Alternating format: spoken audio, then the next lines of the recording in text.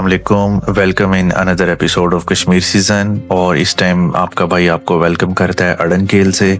अड़ंकेल जो कि कश्मीर की एक नहायत ही खूबसूरत हनीमून स्पॉट और एडवेंचरस स्पॉट मशहूर और मारूफ है।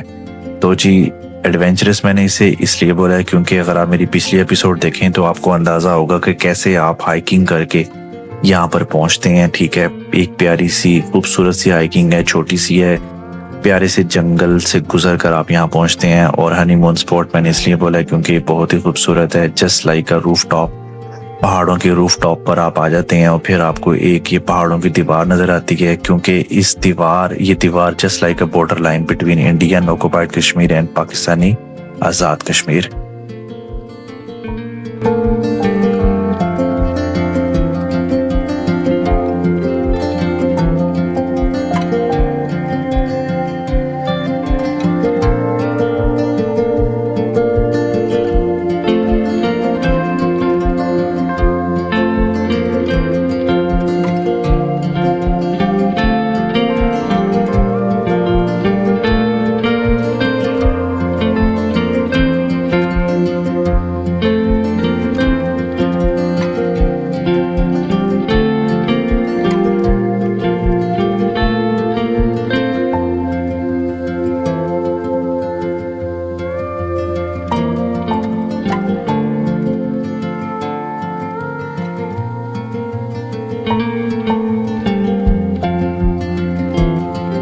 तो जी जब हम केल आए थे, ठीक है, केल से हमने अपना एक पोर्टर करवा लिया था। ये सामने आपको नज़र आ रहा है लड़का, ये हमारा पोर्टर है।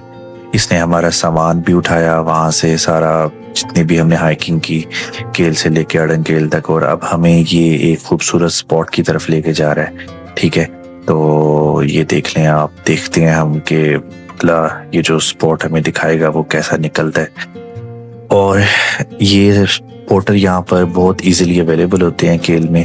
अगर आपने बेशक यहाँ पे रात गुजारनी है या फिर आपका थोड़ा सा भी सामान है, ये आपके साथ चले जाते हैं, ऊपर तक आपका सामान उठाते हैं और आपको अपनी सर्विसेज प्रोवाइड करते हैं।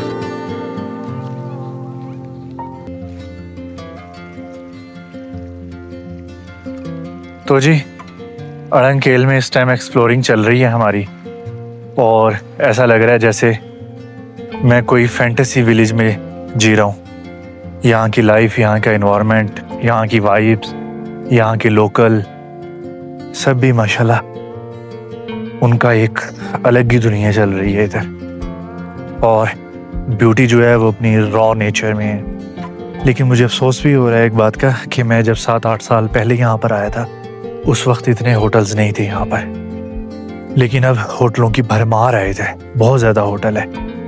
तो मैं इनके अगेंस्ट नहीं हूँ, होटल्स होने चाहिए डेफिनेटली टूरिज़्म के लिए, लेकिन प्रोटोकॉल्स होने चाहिए, कुछ प्रिंसिपल्स होने चाहिए कि जब आप होटल की कंस्ट्रक्शन करें तब आप ऐसे नेचुरल हैबिटेट जो है उसे डिस्टर्ब ना करें। तो पता नहीं यहाँ पर इतने होटल्स जो बने हुए हैं वो बनाने के लिए कितने दरख्त रौंदे गए होंगे इधर। लेकिन अल्लाह का शुक्र है फिर भी कश्मीर इज़ अनमैचेबल। तो इस टाइम हमारा ये मुबशिर भाई जो है पोर्टर, वो हमें लेके जा रहे हैं जी। 15 मिनट हो गए हैं हमें चलते हुए, 15 से ज़्यादा। वो हमें एक कोने में लेके जा रहे हैं जहाँ से ना बड़ी ज़बरदस्त, वो कह रहे हैं आपकी एस्थेटिक पिक्चर्स आएंगी, सिनेमैटिक वीडियोस आएंगी, जहाँ पर कोई भी होटल्स का रश नहीं होगा। तो अब हम वहाँ पे पहुँच गए हैं तकरीबन। अब देखते हैं कि कैसी पिक्चर्स आती हैं।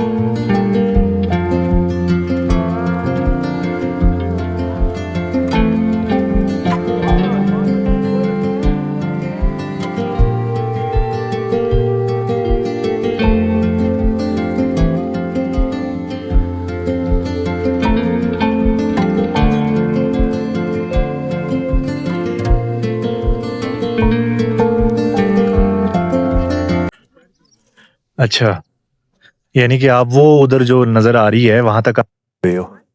और इन पहाड़ियों के जो अच्छा, तो इन पहाड़ियों की जो दूसरी तरफ है वो इंडियन ऑक्युपाइड कश्मीर है, ऐसे ही है। और आप सामान लेके वो जो चौकी एक नज़र आ रही है हमें बिल्कुल सामने, वहाँ पे गए हुए हो। ठीक है, तो दूसरी तरफ यानी कि दरिया नहीं है बीच में, बाउंड्री सिर्फ ऐसे मीडोज हैं वहाँ भी जैसे यहाँ पर है। अच्छा, सही सही।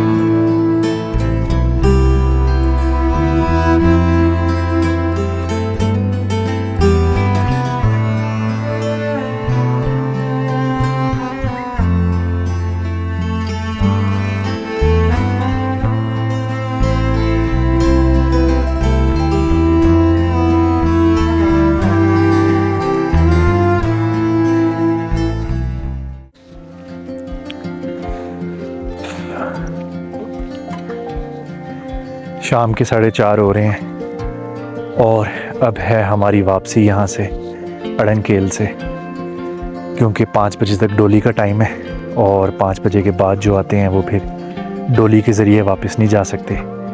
वो फिर पैदल यानी कि केबल कार का जितना सफ़र होता है वो सारा ऑल द वे अड़नकेल से नीचे उतर के फिर ऊपर केल की पहाड़ियों पे चढ़ते हैं। तो अब हमें आधा घंटा ही तकरीबन लगेगा वापस पहुँचने में।